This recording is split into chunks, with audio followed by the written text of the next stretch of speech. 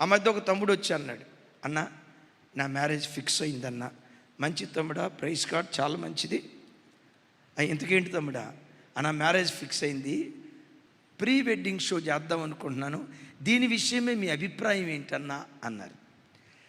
తమ్ముడు, నా అభిప్రాయం చెప్పను, దేవుని అభిప్రాయం చెప్తాను. నా అభిప్రాయం నీ మీద ఎందుకు రుద్దుతా? నా అభిప్రాయం నీ మీద ఎందుకు రుద్దుతా? ఏ షోకి వెళ్దాం అనుకుంటున్నావు తమ్ముడా అన్నాను. అదేనన్నా ప్రీ అనండి, ప్రీ వెడ్డింగ్ షో. ఏంటి ప్రీ వెడ్డింగ్ షో? వాళ్ళ పెళ్ళి ఇంకా కాలేదు, పెళ్ళి కాకమునిపే.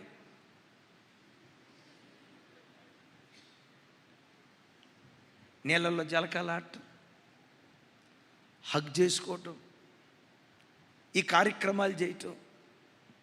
నా దేవుని వాక్యం ఏమంటుందో తెలుసా?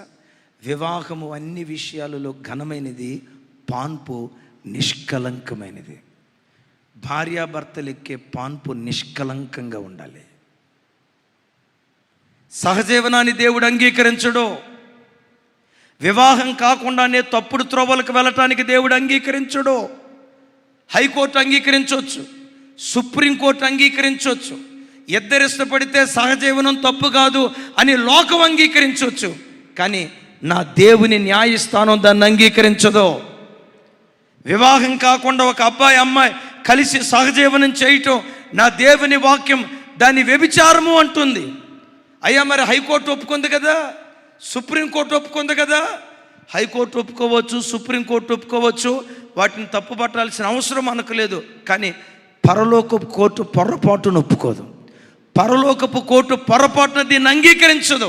ఎందుకు అంగీకరించదు? తర్వాత పెళ్లి చేసుకుంటాం కదయ్యా అని అంటారా? నా దేవుని వాక్యం ఉంటుంది, పాన్పు నిష్కలంకంగా ఉండాలి. భార్యాభర్తలు సమీపించే ఆ పాన్పు నిష్కలంకంగా ఉండాలి.